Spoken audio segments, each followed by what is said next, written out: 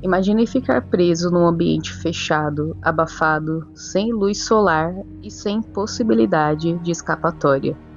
Agora imagina que, além disso, o clima nesse ambiente é terrível, porque você precisa enfrentar ameaças humanas ou até mesmo sobrenaturais. Você conseguiria sobreviver? Bom, então se prepare porque hoje nós vamos explorar os 7 filmes de terror mais claustrofóbicos. Em 2010 foi lançado um filme que, na minha opinião, tem uma das ideias mais ousadas de todos os tempos: criar terror dentro de um elevador. É um dos locais mais claustrofóbicos de todos e naturalmente já dá medo em muita gente. Eu, por exemplo, não sou a maior fã de elevadores. A ideia do longa é simples: um grupo de pessoas fica presa dentro de um elevador e uma delas tem nada mais, nada menos que o demônio dentro delas. E essa sinopse é muito sucinta e desperta curiosidade, e o que acompanhamos na trama é exatamente isso. Essas pessoas estão tentando se manter calmas enquanto esperam juntas por socorro. No entanto, é óbvio que logo começam as intrigas, e enquanto isso resta ao público tentar descobrir quem é o demônio. Sendo sincera, este longa tá longe de ser um dos meus preferidos, e muita gente tem essa opinião, já que a recepção foi bem mista na época. Talvez a tensão dentro daquele elevador pudesse ser melhor construída e não precisaria ter tantas cenas externas, com seguranças e policiais conversando com as pessoas que estão presas. Acredito que ficou mais cômico do que tenso, ainda mais com aquela cena do segurança falando que se a torrada cai com a geleia virada para baixo, é sinal que o diabo está por perto. E jogando o pão no chão, o que soa mais engraçado do que tenso. Contudo, a criatividade deste projeto é indiscutível. Eu lembro que na época que ele lançou, eu já achei muito icônica essa capa mostrando um feixe de luz saindo de dentro do elevador e dava muita vontade de assistir. Pesquisando, eu descobri algo muito interessante. Originalmente, esse filme deveria ser parte de uma trilogia. O segundo filme seria o Reincarnate, onde acompanharíamos um juiz lidando com um caso sobrenatural, e o terceiro envolve uma ideia que depois acabou virando o filme Fragmentado. Legal, né? Mesmo assim, eu confesso que eu fiquei interessada nessa premissa do Reincarnate, porém não vamos ver já que esse projeto foi descontinuado. Demônio teve um orçamento de 10 milhões e logo no primeiro fim de semana de lançamento nos Estados Unidos já conseguiu recuperar todo o seu orçamento de produção.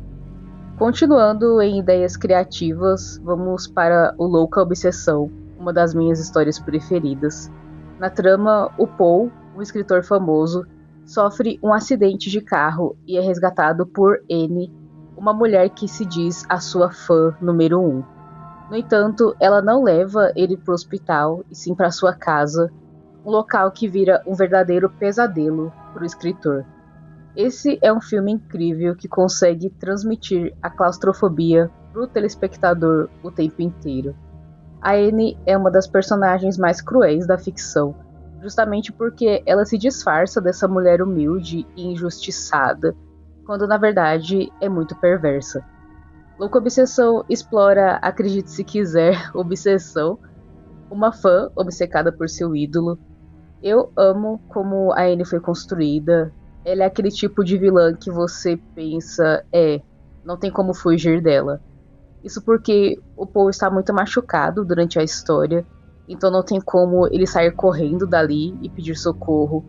E os diálogos com ela são desafios, já que ela é muito instável. Então não tem como saber se a conversa vai acabar em risadas ou se ela vai ficar ofendida do nada e partir para cima. A sensação de acompanhar a trama de Louca Obsessão é sufocante.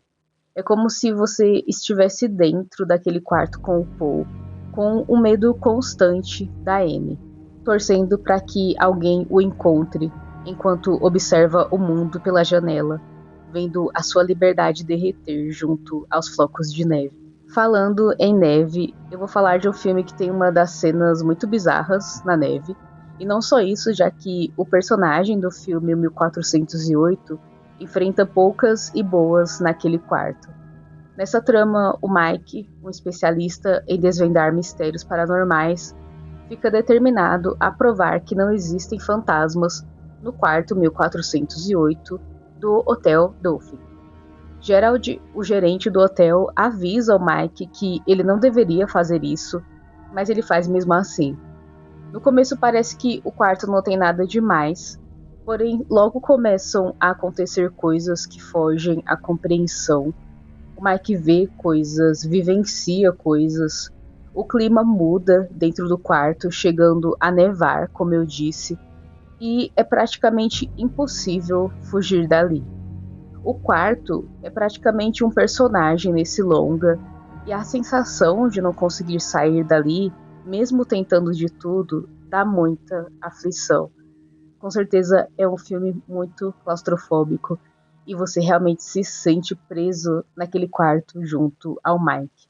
E falando em claustrofobia, em aflição, já pensou em ficar preso numa cabine telefônica? Dependendo da sua idade, você não sabe o que é, então eu vou explicar rapidinho. Antes dos smartphones, para ligarmos uns para os outros, era necessário usar um telefone de rua chamado orelhão, e em alguns países tinha uma cabine para dar mais privacidade.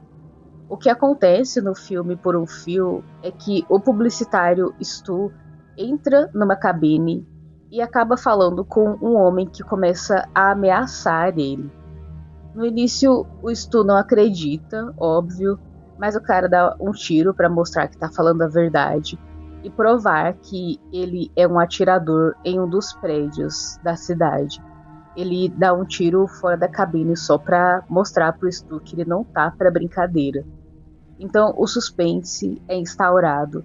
O Stu precisa obedecer às ordens desse cara e ao mesmo tempo ele precisa se livrar das outras pessoas que querem usar o orelhão. Afinal, não se esqueça que era um aparelho compartilhado. Esse filme passou muito na TV, mas eu não lembrava muito dele. Então, reassistindo há alguns meses, eu fiquei muito tensa durante toda a trama.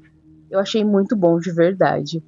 Se imaginar nesse momento, nessa situação, é desesperador, porque quando o Stu pensa em fazer alguma coisa, em pedir ajuda, o atirador deixa claro que ele está vários passos à frente e impede ele. E essas tramas nos quais os personagens tentam fazer alguma coisa e o vilão já passa na frente deles e mostra que eles já previram aquilo, que eles estão prontos para aquela ação, sempre são as tramas mais interessantes, porque mostra que o vilão é inteligente num nível quase implacável. Os momentos que o Stu olha para os prédios dá muita agonia, porque esse atirador pode estar em qualquer um daqueles prédios, e tem dezenas deles, afinal é a cidade. A sensação é de que a qualquer momento o atirador vai só mudar de ideia, disparar contra o Stu e fugir, afinal ninguém conseguiria capturar ele a tempo. E assistindo esse filme você vai se sentir sufocado, com certeza. Tanto com a situação do Stu, quanto com o vilão manipulador que ameaça ele. E falando em manipulação, não podemos deixar de fora um dos filmes mais famosos de todos os tempos. A franquia depois tomou novos rumos, mas o primeiro filme se apoiou muito em manipulação, suspense psicológico e claustrofobia. Jogos Mortais é um marco, e a maior parte da trama se passa em um banheiro. Falando em voz alta, muitos poderiam duvidar que uma história interessante se desenrolaria num ambiente tão pequeno e sufocante, mas é óbvio que deu muito certo.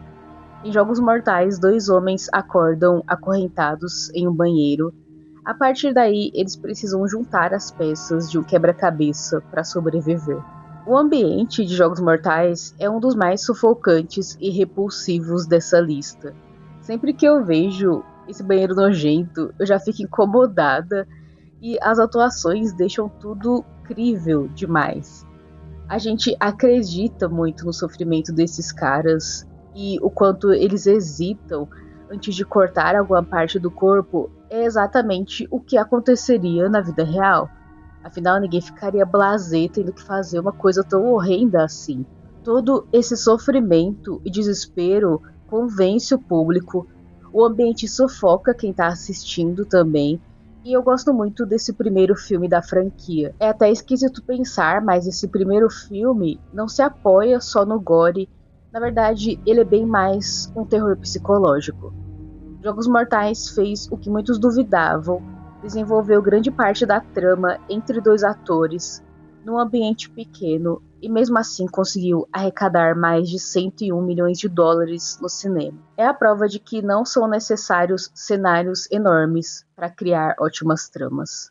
E outra trama que também conseguiu se sustentar no único ambiente por boa parte é A Autópsia. Nesse filme, nós acompanhamos pai e filho, médicos, realizando a autópsia em uma mulher sem identificação.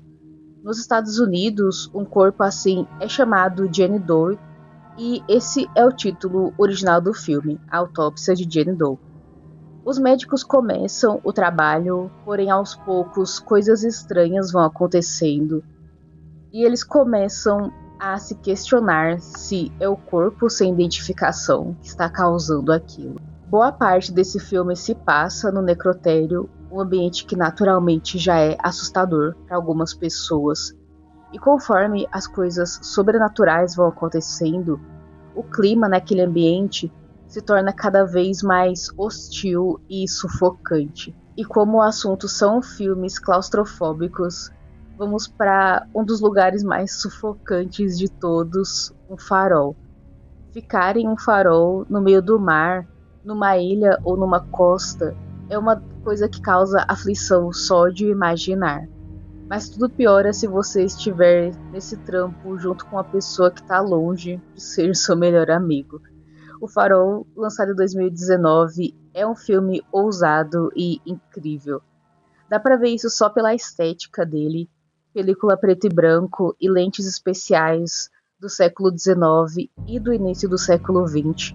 Para você ter uma ideia, as películas desse filme exigiam muita luz, então as lâmpadas eram extremamente fortes a ponto da equipe usar óculos escuros dentro do set. Além disso, o farol do filme é real, foi construído especialmente para as filmagens, o que é muito incrível. Todo esse realismo transparece muito ao público, e acredito que esse é o filme que mais passa a sensação de claustrofobia de toda essa lista. E o motivo disso é que a gente vê os atores de muito perto. O diretor buscou isso mesmo, mostrar bem o rosto deles, a ponto de vermos os seus poros. E a convivência deles também é daquele tipo que a maioria já conhece. A convivência com um colega de trabalho irritante. Aquela pessoa que você só aceita conviver porque precisa de salário, sabe? Então, além da claustrofobia, tem um ambiente que tem essa convivência muito difícil. Com essa situação nada legal, os personagens precisam se aturar e tudo só piora quando coisas sobrenaturais começam a acontecer. E tanto eles quanto nós nos perguntamos: será que tem algo bizarro acontecendo? Ou é apenas a solidão do farol agindo na mente deles? E eu deixo essa pergunta aí para vocês. Vocês acreditam que tem algo bizarro na trama de O Farol? Ou era tudo truque da mente dos personagens? Comente a respeito deste e dos outros filmes deste vídeo. Tem sugestões? Deixe aqui nos comentários. Obrigada por todo o apoio que vocês têm me dado aqui nos comentários. Isso me incentiva demais a continuar. Vocês são incríveis. Obrigada por acompanhar o vídeo até aqui. Este é o Dai Tá Lendo e até a próxima.